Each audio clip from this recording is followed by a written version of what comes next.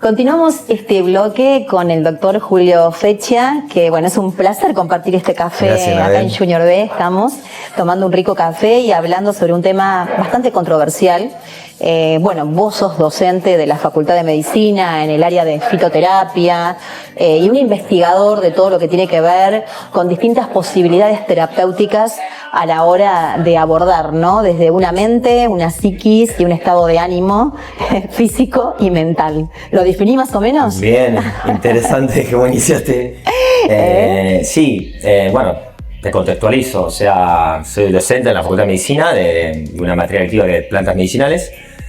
Y bueno, doy, digamos, clases vinculadas a fitomedicina a los estudiantes de grado, ya hace bastante años.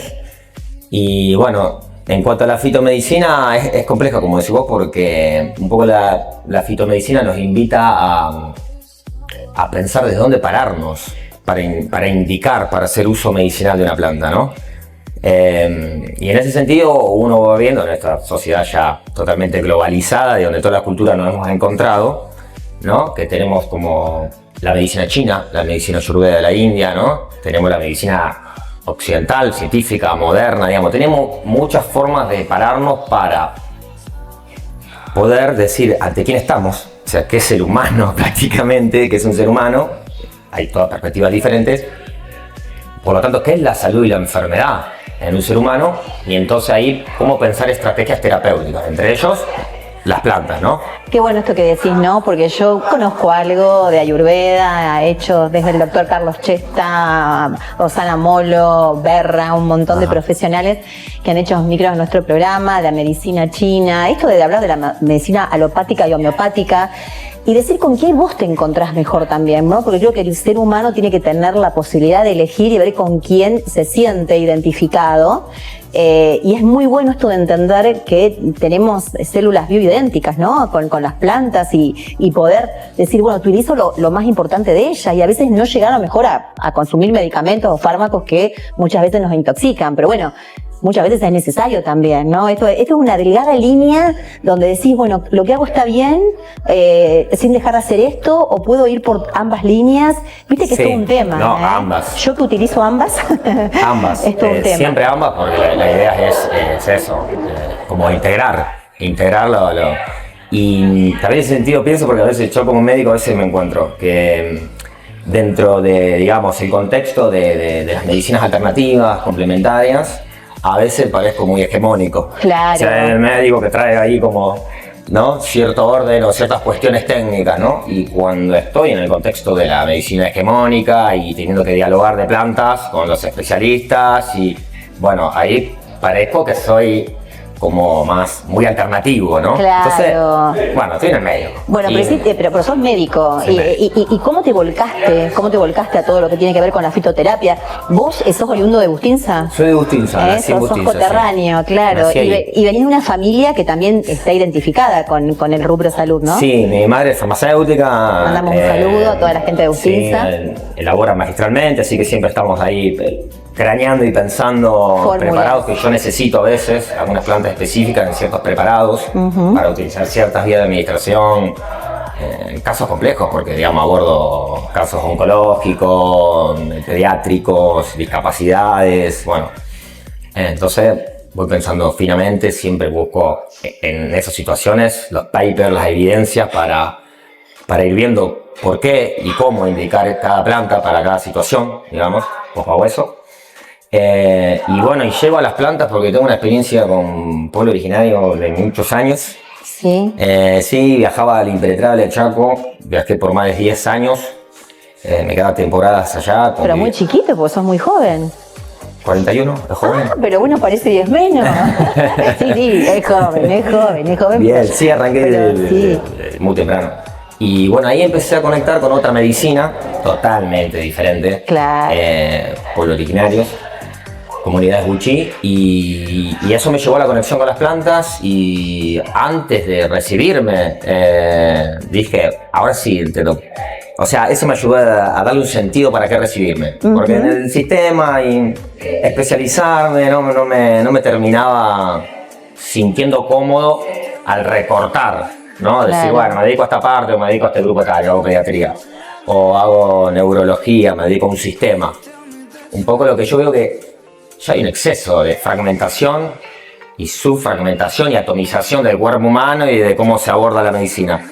Que está genial, porque eso nos ha permitido muchos avances. Pero bueno, yo digo, bueno, esos conocimientos súper específicos, tratemos un poco de traerlos, de integrarlos y empezar a hacer otro abordaje. Hago una consulta y tiene su tiempo, por ejemplo. No puedo atender en 15 o 20 minutos. ¿Cuánto lleva tu consulta? Y una hora. Mínimo. Una hora mínimo, me ordeno por una cuestión de que hay que ordenarse en un tiempo, digamos, pero sí podría ser mucho más, digamos, cuando... Claro, porque tenés que conocer la historia de la persona Sí, claro. que te va a hablar, ¿no? Sí, De cómo viene, cómo está emocionalmente. Y ahí entonces, ¿qué entras? ¿A emparentarlo con alguna planta? ¿Cómo es el abordaje? Claro. ¿Y no con un medicamento? A veces ya específicamente, por ejemplo, en la cuestión de, y lo introduzco un poco, de la planta de cannabis medicinal, el cannabis ya vienen a veces específicamente, porque trabajo en lugares que se dedican exclusivamente a eso, en Rosario. Entonces ya vienen con la consulta de alguna sintomatología en busca de la posibilidad de si tienen indicación de esa planta, si hay una posibilidad de alguna terapéutica con esa planta, ¿no? Pero si no, un poco necesito ese gran momento donde empiezo a indagar sobre todo en la historia y la situación actual y la historia de cómo llega a esa situación actual, y ahí empiezo a ver también las intervenciones que ella tuvo en el sistema médico, digamos, los tratamientos, lo que ha intentado, lo que está utilizando, qué le resultó, qué no. Y ahí vamos pensando en las plantas, bueno, como la estrategia posible, ¿no? Claro, y hablaste de cannabis, ¿no? Y el aceite de cannabis y todo este uso medicinal que se le da y que uno es como que vos hablas de cannabis y hablas de marihuana, hablas de una droga, porque no deja de ser una droga. Sí, todas son drogas. El azúcar simple es una droga. O sea, la droga es amplio, el alcohol es una droga, pero lo que pasa es que es legal y socialmente aceptada. Todo es droga. El cannabis, pero entiendo la pregunta. La cannabis, en general, cuando hacemos los tratamientos, se utiliza aceite sublingual. Entonces, el aceite sublingual tiene toda una preparación que sería muy largo de contar en este momento, ¿no? Pero lo que genera es que no tiene efecto psicoactivo manifiesto. Ajá. O sea, no es fumarse un porro, que es cuando se asocia un cigarro de cannabis, cuando se asocia la cannabis con la droga. Cuando se forma un cigarro, se inhala la cannabis,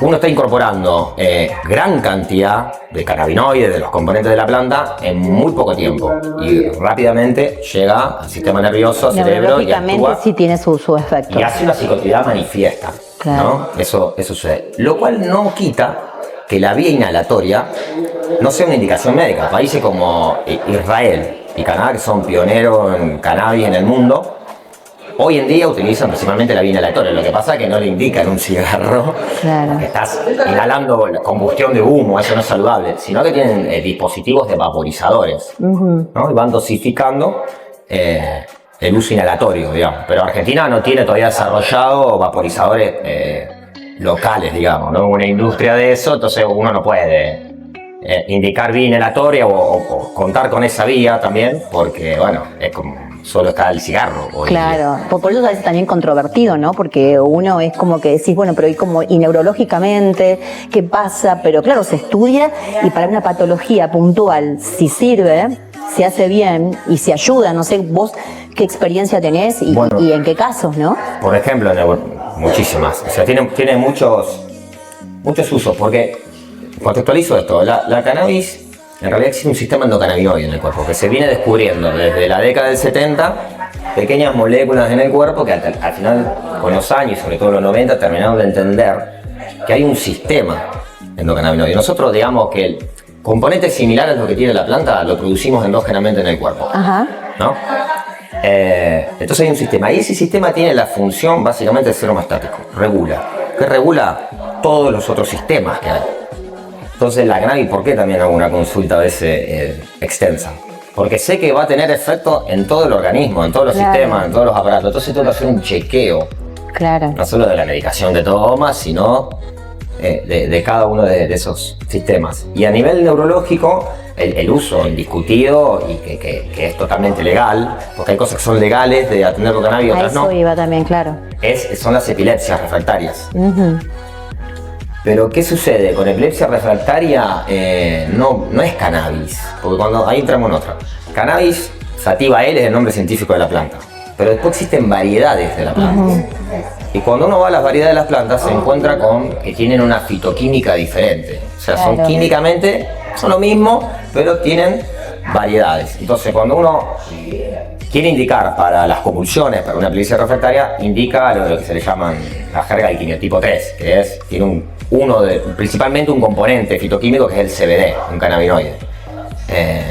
Ahora, si damos el otro, que está en el otro extremo, otro componente, que es el THC, podemos generar convulsiones, por ejemplo. Es raro, pero se puede generar convulsiones. Entonces, bueno, se da la cannabis, se elabora, se cultiva, hay producciones artesanales, pero bueno, en estos casos, cuando realmente queremos abordar una epilepsia refractaria en un niño, una niña, que tiene 40 convulsiones diarias y que con los medicamentos actuales aprobados no lo están resolviendo, bueno, acá ahí tenemos que hilar fino en qué estamos dando y cómo lo estamos dando, ¿no? Claro. Pero bueno, en eso tiene muchísimos resultados en epilepsia. Después en espasticidades, estoy pensando en lo neurológico, ¿no? Abriste ahí con lo neurológico, lo que son las espasticidades por enfermedades neurológicas, ¿no? Si estamos hablando de patologías más graves, ¿no? Pero hay gente que toma por ahí también para descansar. Bueno, no, el trastorno del sueño y cannabis, lo primero que resuelve para mí la cannabis es el trastorno del sueño. Por ejemplo, es muy común hacer consultas por otra gran indicación de la cannabis, que es el dolor crónico. Claro. Uno indica para dolor crónico y antes de empezar a resolver el dolor crónico es muy probable que la persona empiece a dormir mejor. Claro. O sea, tiene un efecto sobre el apetito, tiene un efecto sobre el ciclo sueño-vigilia, o sea, el trastorno del sueño, y tiene un efecto analgésico. Pero como vos dijiste, no cualquiera puede tomarlo, ¿o sí? Tiene que estar bien indicado. Tiene que estar bien indicado si queremos realmente resolver una patología compleja, digamos. Ahora, si no tenemos una patología compleja, es muy raro que la cannabis, un aceite, ¿no? Vamos a hablar de un aceite sublingual, haga un efecto adverso. Es muy raro, o tenés que tomar muchísima cantidad para que tenga un efecto psicoactivo las gotas, tenés que tomar muchísimo para que... Y la elaboración, depende también la elaboración, la calidad de la elaboración, ¿hay elaboración fidedigna y de buena calidad? Buena pregunta porque sí. Yo desde donde trabajo la cannabis, que inicié con la Asociación Civil en Rosario, nosotros tenemos ¿Cuál es la asociación? AUPAC se llama, Asociación de Usuarios y Profesionales para el abordaje de cannabis y otras drogas. Desde ahí tenemos una política en salud, como manejarnos con las plantas, que tiene que ver con hacer el cultivo sin agregado de ningún tipo de agroquímicos, de insecticidas, digamos.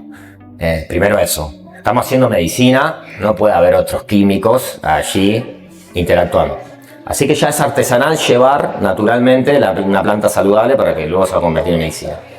Después están las buenas prácticas de laboratorio para elaborar el aceite. O sea, las plantas generalmente se hace, lo más común es que se haga una extracción en alcohol, se reduce, se obtiene una resina y eso después se diluye, la resina pura es muy fuerte, se diluye en distintos tipos de aceite, oliva, sésamo, girasol, uva. Y eso es lo que se toma directamente, digamos. Así se elabora un poco el aceite. Y todo eso tiene una cromatografía. No todo lo hace, nosotros sí lo hacemos. Que es un análisis la cromatografía, en donde sabemos exactamente qué componentes químicos tiene ese preparado y en qué concentración. Y eso a mí me permite, por gota que indico, saber qué estoy dando y cuánto. O sea, entramos a lo que es ahora como la indicación de un fármaco, podemos llegar a eso. Claro. Cuando iniciamos, no existía ese laboratorio posible, no existía en la Argentina el desarrollo de eso, y bueno, era más clínico, la gente ya lo venía usando. Nosotros somos profesionales que dijimos, bueno, la gente lo está usando, está demandando ayuda, acompañamos en ese contexto. Así que era más, bueno, empecé a tomar de una gota, pasa dos, fíjate qué te pasa, y así. Hoy ya, bueno, uno ya sabe con qué cuenta y ya sabe con qué indicar de entrada con más certeza. ¿Y legalmente cómo se manejan? ¿Qué sí, qué no? Sí, legalmente, y tiene que ver con la pregunta anterior también, en esto que existe, ¿no? Porque ya hay, la industria farmacéutica ya elaboró preparados de cannabis, especialidades medicinales de cannabis. Lo que sucede es que, como que la planta de cannabis está fragmentada. Hay unas moléculas que se consideran que son la droga, ¿no? Lo peligroso, y hay otras que no. Entonces las que no se han permitido los vericuetos legales para que la industria farmacéutica haga un fármaco. Claro. Lo que pasa es que caemos a la misma. Se empieza a sacar un principio activo de la planta y a hacer un medicamento, y nosotros lo que venimos viendo, y tenemos evidencias hechas, presentadas en el Congreso, es que no es lo mismo usar un preparado de planta completa, donde tenés unas 500 fitoquímicos interactuando, a usar un principio activo, que sí, a lo mejor resuelve algo, pero está haciendo un efecto adverso en otro lado. Con lo que pasa con los fármacos, en general hacen eso. Tienen un buen efecto sobre una función, pero a veces desordenan otras. Bueno, con el preparado completo vemos que no, digamos, eso lo como que no. No quiere decir que no sirva para nada los preparados de la industria farmacéutica, tienen efecto. Sí están muy concentrados. He tenido que atender personas que empezaron a ser indicadas por profesionales con esos aceites, y me encontré con efectos adversos porque estaban literalmente pasadísimos de cannabis. Mirá. Porque por ahí los profesionales no saben, quieren intentar, y bueno, sucede eso. Así que ilegalmente, bueno, uno puede acceder a estos tipos de preparados con receta, sea obra social, prepaga, particular, ¿no? Son doble receta. Después hay otros vericuetos que tiene que ver, por ejemplo, uno es el ReproCan. El ReproCan es el registro programa de cannabis, que en su momento, bueno, como que el Estado y el Ministerio de Salud tomó la experiencia de la sociedad, ¿no? Las madres que han cultivado y han acompañado a sus hijos con epilepsia, y a las asociaciones como la que estoy yo, que se han organizado para acompañarla, han tomado esa experiencia porque han visto que es un camino seguro y eficiente para eso. Entonces hay todo un vericueto legal donde vos podés acceder a cannabis por ahí, digamos. Yo te atiendo como médico, te indico el cannabis que creo que es el adecuado para tu sintomatología, para tu motivo de consulta, y a partir de eso tramito un trámite que hace que vos legalmente puedas circular con eso. Incluso te permite la posibilidad de cultivarte. Lo que pasa es que ahí es más complejo. Porque si vos no sabes cultivar cannabis y querés hacer un tratamiento para el dolor crónico, porque el dolor crónico lo tenés hoy, hasta que cultives, sostenga la planta y aprendas, lleva mucho tiempo, necesitas ¿no? una solución, claro, entonces inmediata. Ahí aparecieron las ONG como, bueno, ya tenemos el preparado, iniciamos. Claro. Esos son un poco los dos circuitos legales que hoy... Fue una clara explicación. ¿Cómo te encuentra la gente? ¿Dónde atendés? Buena pregunta. En todos lados. Estoy en Rosario, en esta asociación en AUPAC, allí doy turnos. Estoy ahora como en un recreo porque tengo una gran cantidad de pacientes que he atendido estos últimos años.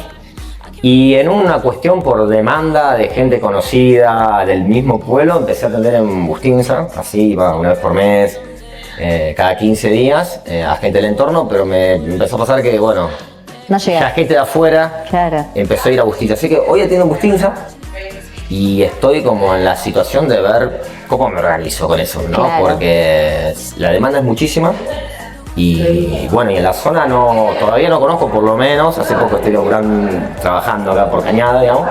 No conozco otros profesionales que estén trabajando de esta manera, como hago yo con el cannabis, esta cuestión. Así que... Profesional.